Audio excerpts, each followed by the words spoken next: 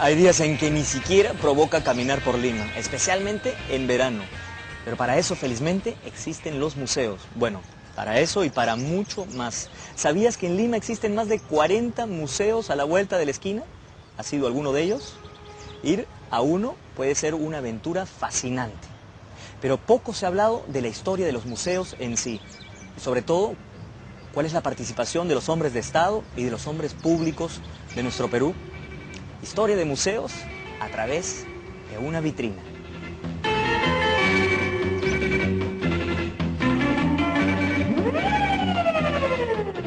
Un país con tanta riqueza natural e histórica tenía urgencia de un museo, y su creación fue uno de los primeros actos del Perú independiente. El 2 de abril de 1822, el gobierno promulgó un decreto por el que se prohibía la extracción de objetos de las huacas. Genial hubiera sido que hasta hoy se hiciera caso a este decreto. Además, por esta misma ley se creaba un museo nacional para conservar las riquezas arqueológicas. Lamentablemente, las guerras de emancipación impidieron que se cristalice el proyecto. Venciendo muchas dificultades, recién en 1836 se crea formalmente el Museo de Historia Nacional en la calle Espíritu Santo. En 1840 fue trasladado al antiguo local de la Biblioteca Nacional, donde permaneció abandonado, sin visitantes y sin que nadie se ocupe de él. En 1871, al construirse el Palacio de la Exposición, se trasladó a este local, pero siguiendo con su mala suerte, la guerra con Chile impidió su funcionamiento hasta 1901. En esa fecha se fundó en el Palacio el Museo de Historia Nacional, quedando a cargo el prestigioso científico alemán Max Uhle. Después de arduo trabajo, el museo se inauguró el 29 de julio de 1906.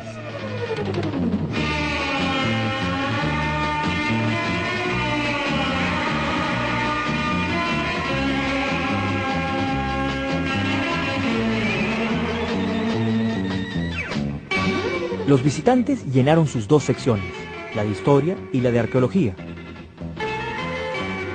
Uhle siguió al frente del museo hasta 1911, cuando fue reemplazado por Emilio Gutiérrez de Quintanilla, quien tenía una visión de las cosas que hoy puede resultar chocante. ¿Se ha puesto a pensar para qué sirve un museo? ¿Para educar? ¿Para conservar? ¿Para investigar? Las tres anteriores. Pero no siempre se pensaba así. En 1911, el director de este mismo museo opinó lo siguiente: el mundo entero condena el funesto error de que el vulgo torpe y grosero se instruye, civiliza y refina, contemplando de balde lo que no comprende. Ese vulgo contempla para robar, pero no para instruirse. La instrucción es semilla que se pierde en tierra totalmente inculta. Los ignorantes van a la escuela, pero nadie se le ocurrió ni en Europa ni en América mandarlos a los museos. ¡Qué vergüenza!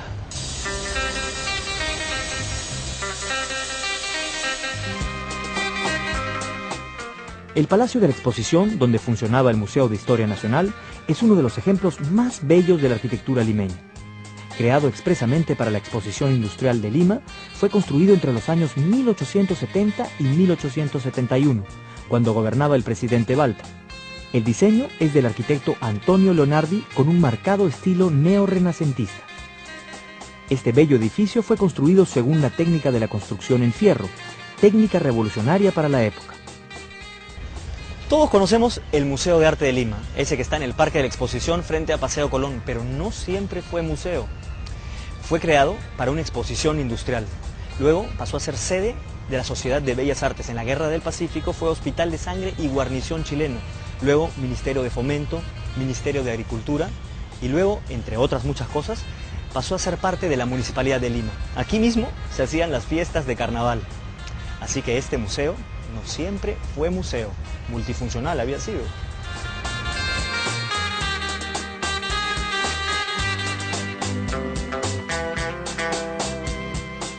En 1955, la propia municipalidad entrega el edificio al Patronato de las Artes para que sirva de museo de arte, función que cumple hasta hoy.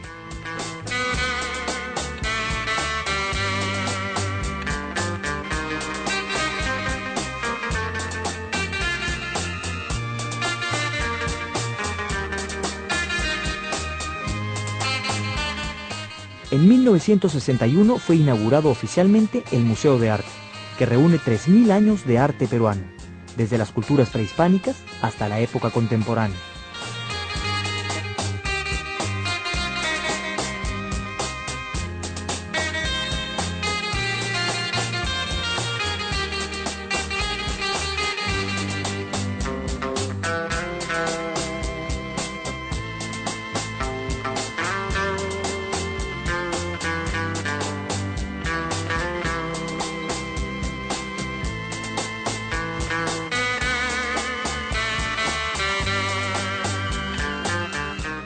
Las colecciones que se exhiben en la colección permanente proceden en un comienzo fundamentalmente de la Memoria Prado, que es la colección que formó a inicios del siglo XX Javier Prado Ugarteche, una de las colecciones más importantes que se habían constituido en el Perú y que durante mucho tiempo había permanecido en exhibición y luego cerrada en Chorrillos, en la casa de Javier Prado en Chorrillos.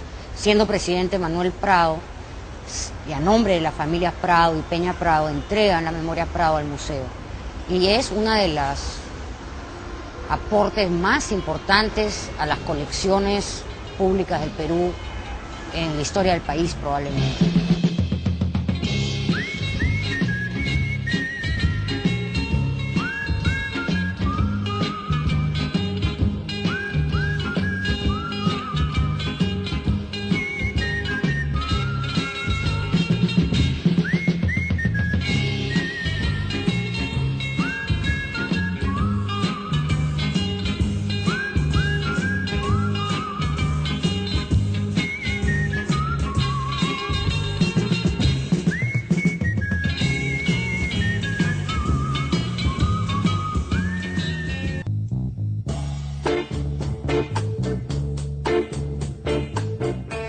Entre 1919 y 1930, dos ilustres personajes intentarían estructurar un museo nacional.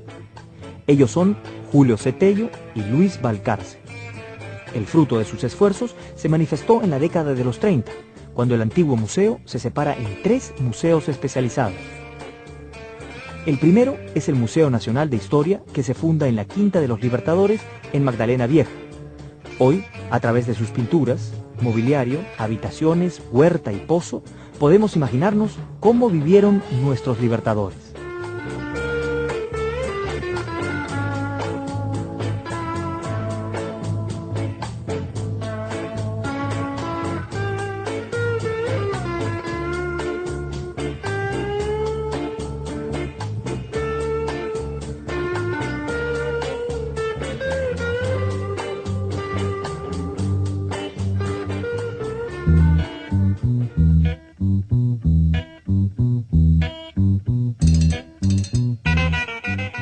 El segundo es el Museo de la Cultura Peruana, famoso por su estilo arquitectónico tiahuanacoide.